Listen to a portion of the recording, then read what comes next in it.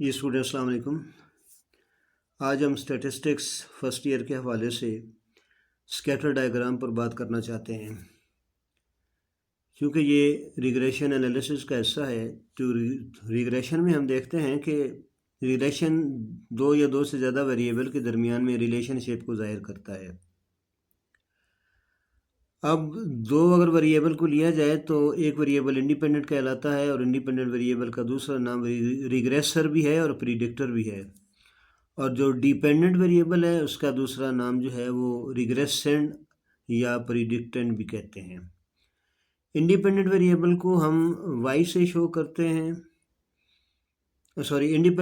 Dependent variable को हम y से शो करते हैं और इंडिपेंडेंट वेरिएबल को हम x से शो करते हैं। तो इनकी कैसे स्कैटर डायग्राम बनानी है, अब हम क्वेश्चन की स्क्रीन पर चलते हैं। जी स्टूडेंट, तो हम स्कैटर डायग्राम के बारे में बात करेंगे।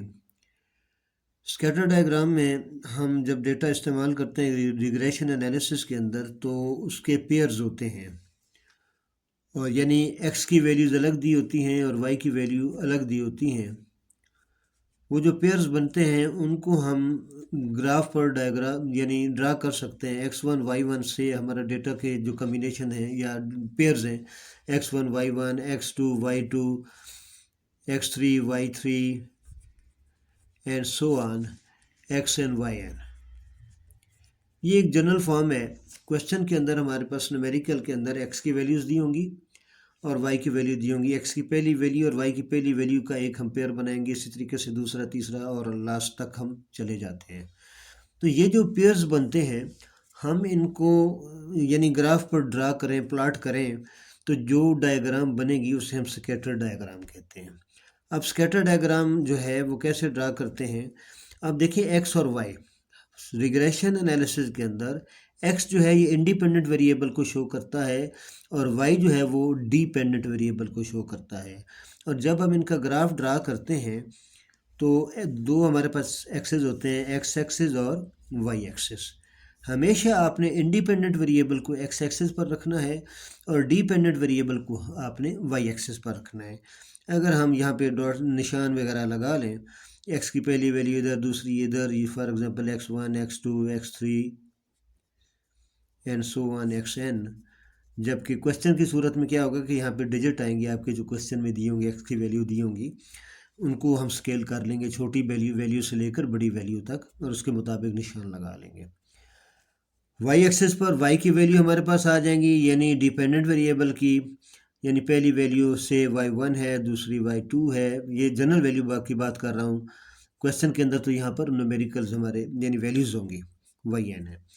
इतना ड्रा करने के बाद अब हम हर पेयर को यहाँ पे उसकी डाट लगाएंगे। एक्स वाई पहला पेयर जो होगा, वहाँ पे जो फिगर दिए होंगे उसके मुताबिक एक्स पर वो वैल्यू देखनी है और वाई पर वैल्यू देख के सामने हमने डाट लगा देना होता है। इस तरीके से तमाम पेयर्स को जब हम डाट लगाएंगे तो फॉर एग्ज़ाम्पल वो ऐसी सूरत हाल इख्तियार कर जाते हैं जो मैं आपके सामने एक शक्ल बना रहा हूँ। ये सारे जब डाट हमने ड्रा किए तो वो कुछ इस किस्म की शेप इख्तियार कर गए। अब हम इन डॉट्स में से एक एस्टिमेटेड लाइन बना लेंगे, खींचेंगे ये लाइन। अगर ये रिलेशनशिप एक लाइन के साथ साथ यानी शो कर रहा हो, डॉट सारे लाइन के साथ साथ आ रहा हो, तो ये रिलेशनशिप लीनियर रिलेशनशिप कहलाता है। दूसरी बात ये है कि इसकी डायरेक्शन देखें, अगर नीचे से ऊपर की तरफ है तो ये पॉजिटिव रिलेशनशिप है दोनों वेरिएबल के दरमियान में, या डायरेक्ट रिलेशनशिप है। क्यों? एक्स की वैल्यू जब बढ़ती है तो वाई की वैल्यू भी बढ़ रही है, तो उनको जब हम ड्रा करेंगे तो ये अपवर्ड एक स्ट्रेट लाइन है, यानी पॉजिटिव स्लोप वाली हमारे पास लाइन आ गई, तो ये डायरेक्ट रिलेशनशिप कहलाएगा। इसके अगेंस्ट अगर हमारी डायग्राम की कुछ सूरत हाल ये बन जाती है, मैं आपके सामने फिर से बना रहा हूँ। ये एक्स एक्सिस और वाई एक्सिस याद रखिएगा, एक्स एक्सिस पर इंडिपेंडेंट वेरिएबल और वाई एक्सिस पर डिपेंडेंट वेरिएबल। और अगर आप जब एक कोई और पेयर आता है हमारे पास, कोई और क्वेश्चन आता है, तो उसके जब हम डॉट्स ड्रा करते हैं, वो अगर ये सूरत हाल इख्तियार करते हैं जो आपके सामने मैं एक डमी डॉट्स लगा रहा हूँ, और जब लाइन खींचते हैं तो ये लाइन का रुख बनता है, यानी एक स्ट्रेट लाइन को भी वो फॉलो कर रहे हैं, उसको इर्द गिर्द यानी फॉल कर रहे हैं, और डाउनवर्ड है। तो जब डाउनवर्ड लाइन बनती है ये नेगेटिव स्लोप होता है और ये इनडायरेक्ट या इन्वर्स रिलेशनशिप शो कर रहा होता है डिपेंडेंट और इंडिपेंडेंट वेरिएबल के दरमियान में। ठीक है। फिर एक तीसरी सूरत क्या होती है, से आपकी स्ट्रेट लाइन नहीं बनती। जब आप डार्ट्स ड्रा करते हैं तो वो कोई और शेप बन रही होती है, से वो लीनियर नहीं है। मैं आपके सामने एक रफ सी फिर एक बना देता हूँ। फॉर एग्जांपल डार्ट्स इस सूरत में आ रहे हैं आपके पास, ठीक है। और जब हम उसमें से लाइन ड्रा करने की कोशिश करते हैं वो स्ट्रेट लाइन नहीं बनती, वो कर्व बन रही है, ठीक है। अब इस सूरत ख्याल में हम क्या करेंगे कि ये लीनियर रिलेशनशिप नहीं है, इसे हम कहते हैं कर्वी लीनियर, कर्व बन रही है। नंबर दो, ये ऊपर से नीचे की तरफ आ रही है, डाउनवर्ड आ रही है, तो ये नेगेटिव कर्वी लीनियर रिलेशनशिप कहलाएगी। ये पॉजिटिव भी हो सकती है कर्व की सूरत में, यानी अगर कर्व की डायरेक्शन यूँ बन रही है, नीचे से ऊपर की तरफ जा रही है कर्व, तो वो पॉजिटिव कर्वी लीनियर होगा। तो ये देखिए, स्ट्रेट लाइन जब बनी तो लीनियर रिलेशनशिप, ठीक है। स्ट्रेट लाइन नहीं बनी तो नॉन लीनियर रिलेशनशिप।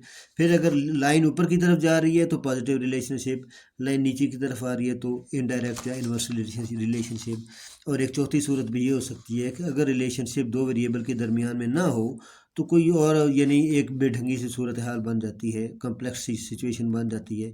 बस डार्ट की कोई डायग्राम नहीं बन रही, ना को वो स्ट्रेट लाइन आपको बता रहे हैं, ना वो आपको कोई कर्व बता रहे हैं, कोई यानी इस किस्म के वो डार्ट्स यानी बगैर किसी पैटर्न के आ रहे हैं। तो जब ये डार्ट्स ऐसी सूरत हाल अख्तियार कर जाएँ तो हम कहते हैं कि there is no relationship between the two variables, ठीक है। तो उम्मीद है स्कैटर डायग्राम आपको क्लियर हो गया होगा कि किस तरीके से ये दो वेरिएबल के दरमियान जो रिलेशनशिप होती है, क्या लीनियर है, नॉन लीनियर है, उसके अलावा पॉजिटिव रिलेशनशिप है या नेगेटिव रिलेशनशिप है या नो रिलेशनशिप है। तो ये तमाम सूरतें जो हैं वो आपको एक्सप्लेन करती है स्कैटर डायग्राम। आई होप कि स्टूडेंट आपको स्कैटर डायग्राम के बारे में कॉन्सेप्ट क्लियर हो गया होगा। लेक्चर पसंद आए लाइक करें, अपने दोस्तों को शेयर करें। Thank you very much.